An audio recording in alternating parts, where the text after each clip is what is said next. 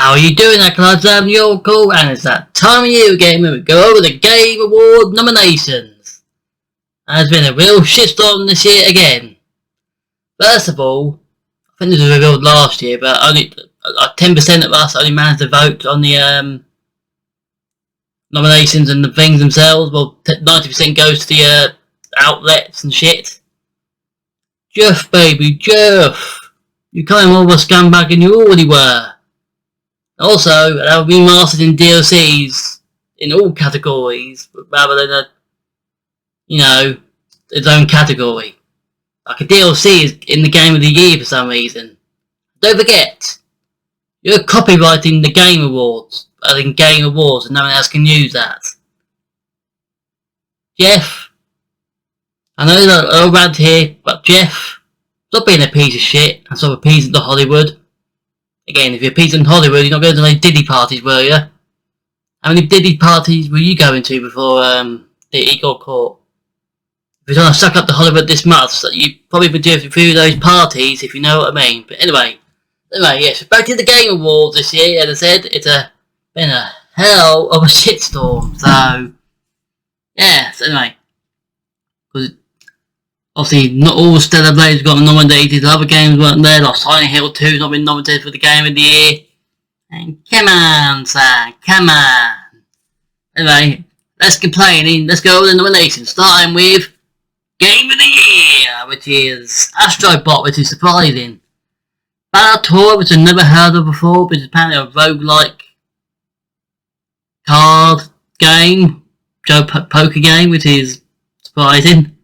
Black Myth Wukong, that's just to definitely be on there. They got paid over $1 billion or something in China. Now, Elden Ring Shadow of the Erdtree, that's a DLC from a game in 2022. It shouldn't be here. Either Stellar Blade or Silent Hill 2 is the one that should be here. That's the most bullshit. You got outlets like Kinda Funny, who are the biggest shills in the world, voting on this. So anyway, yeah, and another deserved one. All the side stuff is really annoying. I was going to restart the playthrough in November, but the side stuff really put you off. With Final Fantasy VII Rebirth, Tifa's Best Girl, and Metaphor v Fantiezo, which is another surprising one that'll get off the Game of the Year. But I bought Black Myth Wukong, but I've played enough Souls-like action, all those type of games this year already. I'll probably start that new year, along with Astrobot and Metaphor as well. I played so much game this year, I've started to be gamed out. That's why I'm just chilling with Hitman. So anyway, the one that I've played, I haven't finished, but I have played is my vote for Game of the Year. It's Final Fantasy VII Rebirth. So let's take me to the next category, Sunshine, which is Best Game Direction, which is not going to Rebirth, considering how the direction of the open world stuff is a real pain. So anyway, it's Astrobot again, Toro, Black Myth, basically the same stuff as Game of the Year. But for this, I'll probably choose, read it, awarded for outstanding creative vision and innovations in gaming, direction and design. Well, that's either Black Myth Wukong or Metaphors, but that's a hard choice actually. It's basically just Game of the Year again. So which one ever wins this will be the Game of the Year, wouldn't it? I don't know how Jeff Keighley runs these Game Awards. The last few years have been a bit shit, especially when The Last of Us Part 2 won over Ghost of Tsushima. So anyway, I'll probably go with Black Myth Wukong for this one. This category, Best Narrative. And this is definitely a hard one. You've got Final Fantasy. Yakuza does have some wacky narratives. Metaphor. So what's there in the Saga Hellblade 2? I need to play the first one of that. And Silent Hill 2. And I'm going with Silent Hill 2 here. Because it's Silent Hill 2. Anyway. Next category. Best Art Direction. Well, this one's going to be a toughie because you got 4 hit. Well, Astrobot says Astrobot, but it's 3 here that have a fabulous art direction. For outstanding creative or technical achievement in artistic design and animation. So posh with the talking. Well, consider it as anime, metaphor. Get the great art for that, so that should be the one. Ooh, this one's a hard one, and there's the first Stellar Blade 2 there as well. Best score and music. I don't know if Final Fantasy's going to get this, but, you know. For outstanding music, inclusive of score, original song, or licensed soundtrack.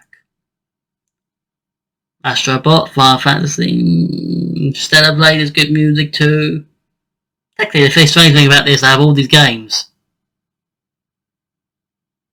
2 are for Christmas, like Metaphor, Silent Hill 2, but Stellar Blade and Astrobot sitting on the back there, if you can see them. I don't know if you can.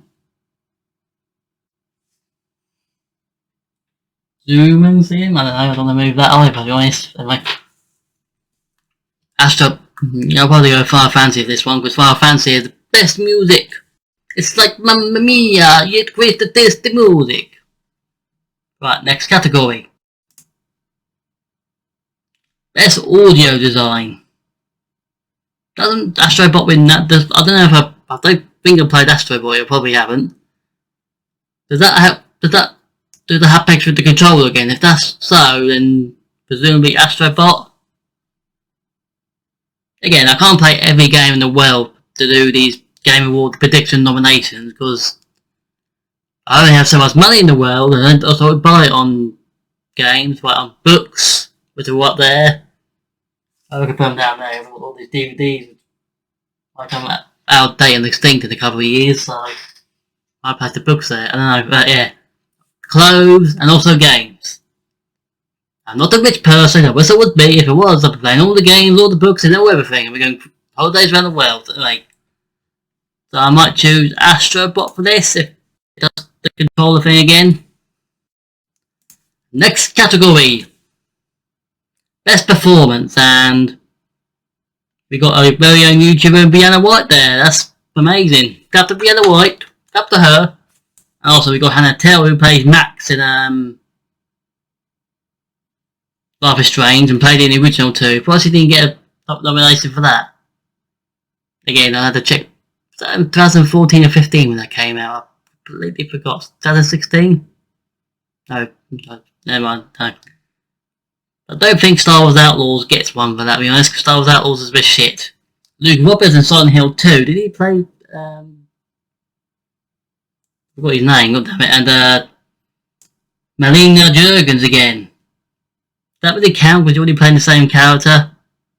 Anyway, my vote's going for this Brianna White. Rep the YouTube, represent. Rep the YouTubers. Represent YouTube. Oh, we're getting a bit slow. Next category. Innovation and accessibility. These are all the games that are shit this year, but try to do outstanding liberal things. Like Dragon Age Veilguard is only for nomination here, and that the game looks pretty shit. So shit that you can smother more shit in it, and it'll get even more shittier. But you can be smothered in more shit and gather more shit. That's what Dragon Age Veilguard is. And you got Star Wars Outlaws and yeah, basically all the games are shit. I mean, Black Ops 6 is supposed to be good. But I don't uninstall that because I've got like dodgy activity on my account.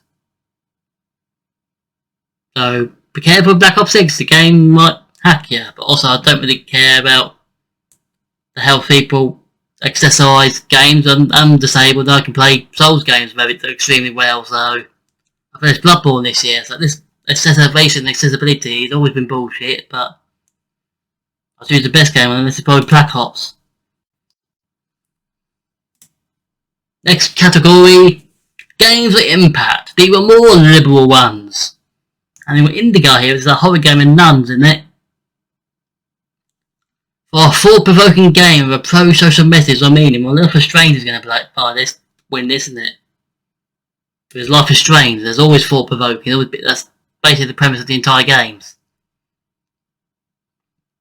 Well, Tales of Kinazra Zao is always a better game. Hellblade 2, Indica, which is a horror game about nuns. the message out now, something to do with religion, I don't know. You need to play a whole lot more horror games too. However close the distance is. But what are you? I never heard of you. Never heard of that roguelike poker game either, but apparently it was a thing. But I'm gonna go with Life is Strange in this. That's another game my Christmas get. So that epic me. Anyway, next category. Best ongoing. Probably Final Fantasy there, because Helldivers 2 just fell off this year. Yeah, basically just Final Fantasy. That's a good one there. Okay, next category. Best community support, and the best Hell community support, and Helldivers 2 on there for best community support. Who put this on here? Did you know what happened this year? They cut their entire player base off because it was part of PSN and they couldn't log into it to play that. And all the unnecessary changes and shit they thrown towards the fans. Helldivers 2 should not be on here. That is comical as hell. That is extremely comical, but it's going to be No Man's Sky again, isn't it? Or Baldur's Gate 3. Either Final Fantasy, Baldur's Gate 3 or No Man's Sky, but Baldur's Gate 3's done a lot of community support, so. Next category.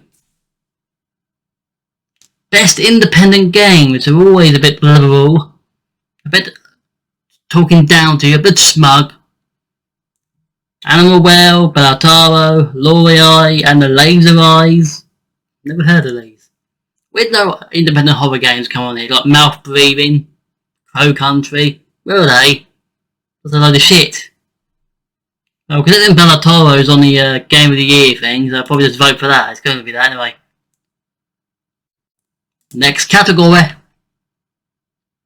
Best debut indie game.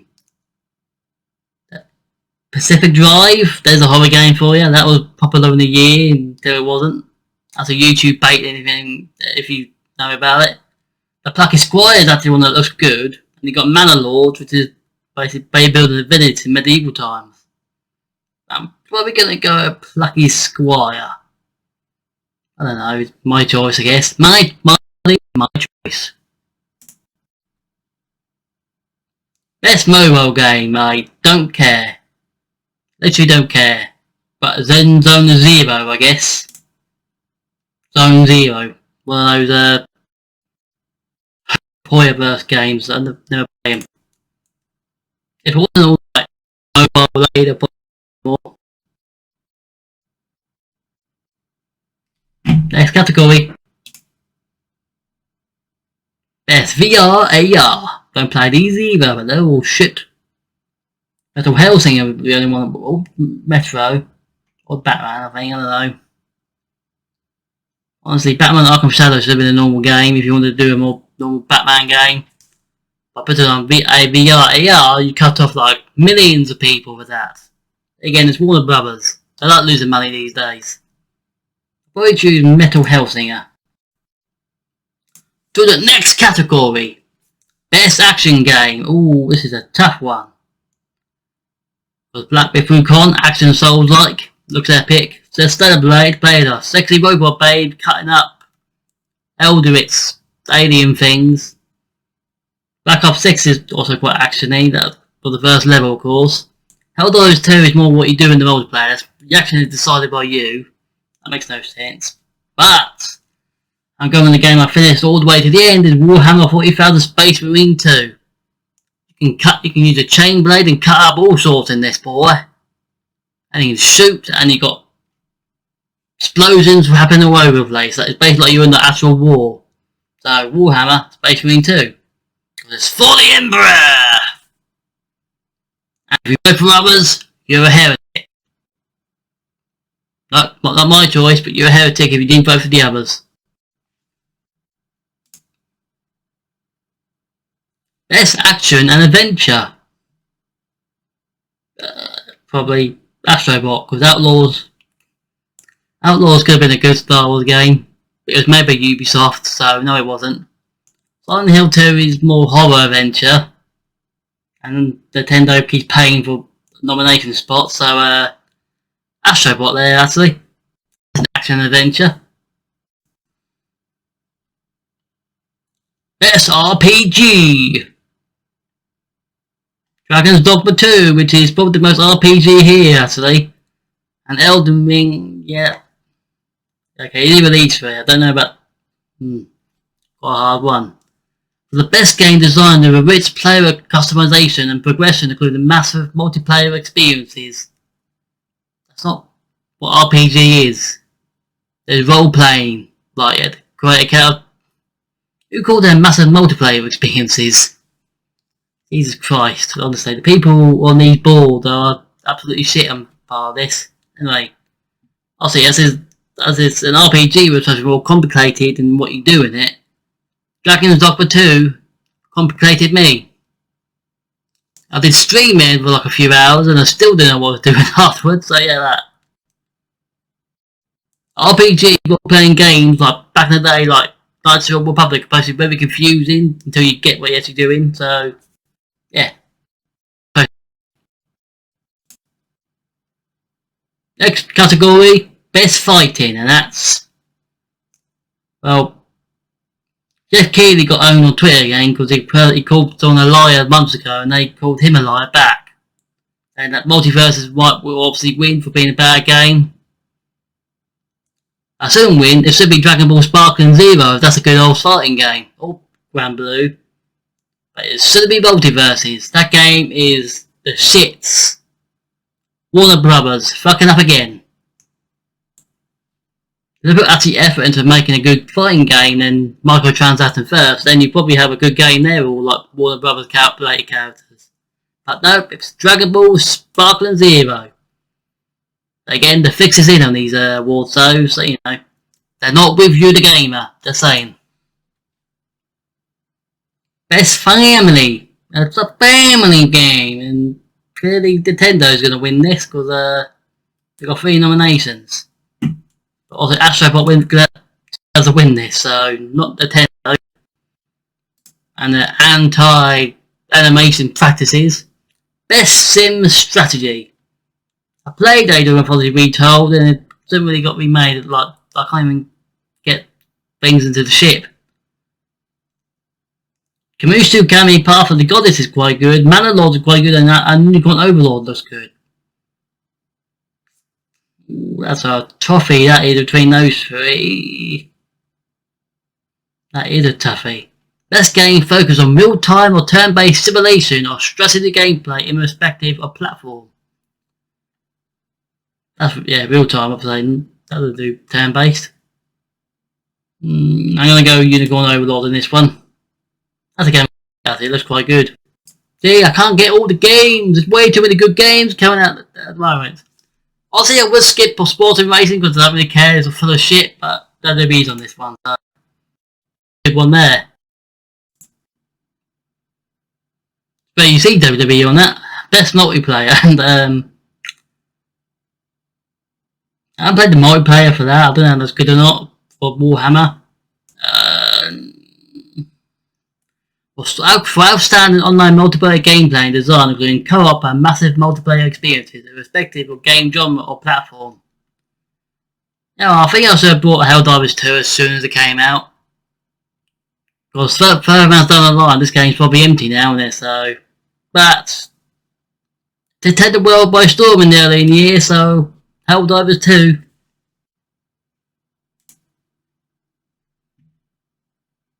Best adaptation, and we know Arcane's going to win this, but that just came out, so that makes no sense. And when did Like a Dragon Yakuza came out? I thought that was coming out in like December or somewhere. Like that just came out with no advertising. That's a shame. It was made by Amazon, MGM, well, all made 3 of them all made. Actually, one. No, okay, one by Netflix. Netflix. When did Knuckles come out? Was that last year? No. Probably not. I don't actually know that. So got to come out this year because the Hedgehog 3 is coming out in the month. So, bizarre. Obviously, Arcane's going to win this because people seem to laugh up League of Legends, animated stuff like that. I don't know what Tomb Raider's like. To be honest, I don't know. Yeah, probably Fallout for me. Is that did do well. for another goal. I mean, you did well there, didn't you? Next category, most anticipated game, and I don't think Metroid Prime 4 is coming out next year. If it is, then I'll be amazed. Monster Hunter Wilds is good, but I think it's between these three here. Obviously, Grand Theft Auto 6 is probably going to win this, but got Ghost of GOTY, which looks good from some gameplay you saw it, and Death Stranding 2 on the beach. You just changed the title, that's called Death Stranding 2. Also, that's going to be like, why do you think that might be highly anticipated? But that's going to be like backpacking the entire game again, getting delivered in post. That'll be a lot overwhelming if it does, but obviously I'm going to choose Grand Theft Auto 6 here. Grand Theft Auto 6. We'll probably see a trailer for this at the Game Awards. And blow people's minds away, son! Next category, Content Creator of the Year. Well, that's obviously going to be Queso, because I actually watch him, because I watch horror stuff, so... I don't know who Jan is, Techno Gamers. A typical cow gamer is, and oh great, a VTuber's gonna win this because it's a pretty cute VTuber bunny girl. You know, Queso's the better one here than a VTuber. You say that Pakova, go fuck over. There you go, fuck over. I don't know what I was trying to do there, but you know, but it's a bunny VTuber. All the simps will be voting for. Probably a dude in a dress, probably. I don't know. Or dude trying to pose as a anime girl, because I've seen some people do that. Don't vote, don't do a simp vote. Simp for the actual content creator and Queso here. Because I watch him. Does do cover gameplay videos, so yeah. Next category, best esports game. Oh, we've gone to this, have we? Yeah, that's very ending it because we don't give shit about esports. Honestly, I don't. Yeah, we're playing a game for sports. Yeah, we're not doing much, and we're just doing there. Yeah, we're doing a quick all. Yeah. It's sports. Sports is in the name. It aims at activity to get you to going. That's making your mind go, but that's mental sports in a way, isn't it? Like chess, checkers. So it should be part of that. But anyway. So that's my nomination chosen for the Game Awards. It's going to be Huge 6 again anyway. I'm probably going to let Shadow of the Erdtree win. I mean, the DLC was amazing, but it's a game from 2022. It's a create a DLC category for it. But again, Geoff Keighley's show, and his show's going down the shitter. Trying to appease all the Hollywood people out there. He's been at a few parties, as I say again. He likes the... He likes getting pegged. He looks like the kind, and he's not, and he's just destroying his own show. Geoff Keighley used to like it so much, but then he became a suited up tard. That's what he became, a suited up tard. Anyway, enough rants over about Geoff Keighley and his scumming this over, because he's trying to even copyright Game Awards. Trying to have a fine bros reaction, isn't he? At the moment, isn't he?